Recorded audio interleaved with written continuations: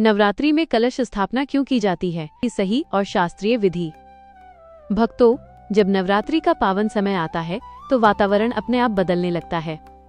मंदिरों में घंटियों की ध्वनि सुनाई देने लगती है, घर घर में माता रानी के भजन गूंजने लगते हैं और हर भक्त के मन में एक ही भावना जागती है, माता रानी की कृपा पाने की भावना। नवरात्रि केवल एक पर्व नहीं है, ये शक्ति की उपासना का समय है। ये वह समय है जब भक्त अपने जीवन की परेशानियों से मुक्ति पाने के लिए माता दुर्गा की शरण में जाते हैं। और इसी नवरात्रि की शुरुआत होती है एक बहुत ही पवित्र और महत्वपूर्ण विधि से, जिसे हम कलश स्थापना या घट स्थापना कहते हैं। लेकिन बहुत से लोग कलश स्थापना तो करते हैं, पर उसके पीछे का असली महत्व और सही विधि नहीं जानते।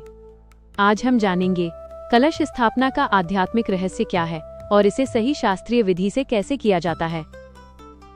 एक प्राचीन कथा। पुराने समय की बात है। एक छोटे से गांव में एक बहुत ही गरीब लेकिन सच्चा भक्त रहता था।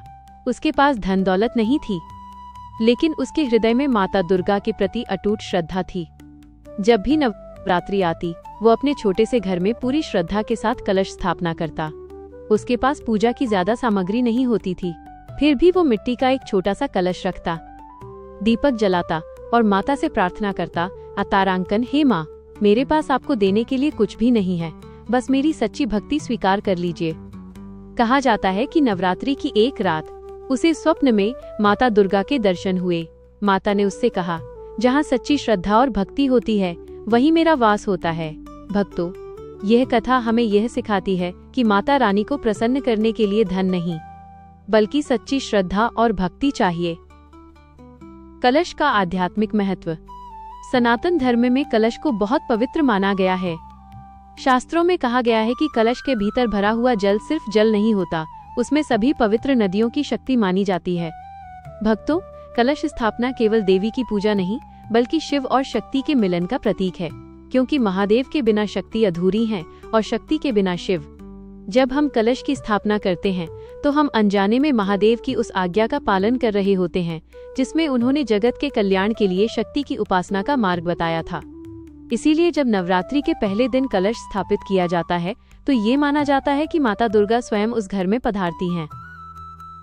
कलश स्थापना की तैयारी। कलश स्थापना करने से पहले घर के मंदिर को अच्छी तरह साफ करके वहां गंगाजल छिड़का जाता है। इसके बाद वहां एक चौकी रखकर उस पर लाल कपड़ा बिछाया जाता है। लाल रंग माता दुर्गा की शक्ति और ऊर्जा का प्रतीक है। जौ बोने की परंपरा। कलश स्थापना के समय एक पात्र में मिट्टी डालकर उसमें जौ बोए जाते हैं। इन जौ को जवारे कहा जाता है। नवरात्रि के 9 दिनों में ये जौ जैसे जैसे अंकुरित होते हैं, इसे घर में बढ़ती हुई सकारात्मक ऊर्जा और खुशहाली का संकेत माना जाता है।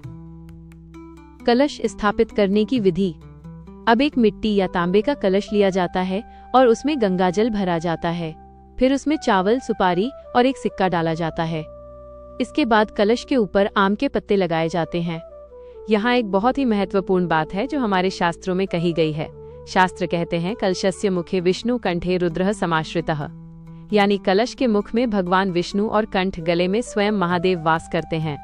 इसलिए कलश की पूजा करते ही आपको महादेव और श्रीहरि दोनों का आशीर्वाद एक साथ मिल जाता है। नारियल की स्थापना और आह्वान। अब एक नारियल को लाल कपड़े में लपेटकर और उस पर मौली बांधकर कलश के ऊपर स्थापित किया जाता है। नारियल को माता दुर्गा का साक्षात स्वरूप माना जाता है। इसके बाद हाथ जोड़कर माता रानी का ध्यान करें और प्रार्थना करें, तारांकन, हे माँ दुर्गा, आप मेरे घर पधारें, हमारे जीवन से दुख और संकट दूर करें और सुख शांति प्रदान करें। इसके बाद दीपक जलाकर माता रानी की आरती की जाती है। कलश स्थापना के नियम। पूजा स्थान को हमेशा स्वच्छ रखें। 9 दिनों तक मन में पवित्रता बनाए रखें। माता रानी के सामने अखंड दीपक या दीपक बुझने न दें। घर में झगड़ा और नकारात्मकता से दूर रहें।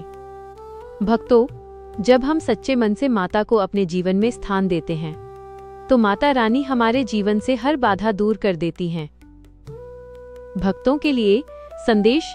भक्तों, अगर आपको यह जानकारी अच्छी लगी हो तो कमेंट में जय माता दी जरूर लिखें। और अगर आप भी महादेव और माता रानी के अटूट भक्त हैं तो कमेंट में जय माता दी के साथ हर हर महादेव लिखना न भूलें। वीडियो को लाइक करें, सब्सक्राइब करें और शेयर करें। कल हमारे चैनल महादेव की कृपा पर एक बहुत महत्वपूर्ण वीडियो आने वाली है, नवरात्रि व्रत के नियम माइनस क्या करें और क्या नहीं, इसे जरूर देखें। जय माता दी। हर हर महादेव।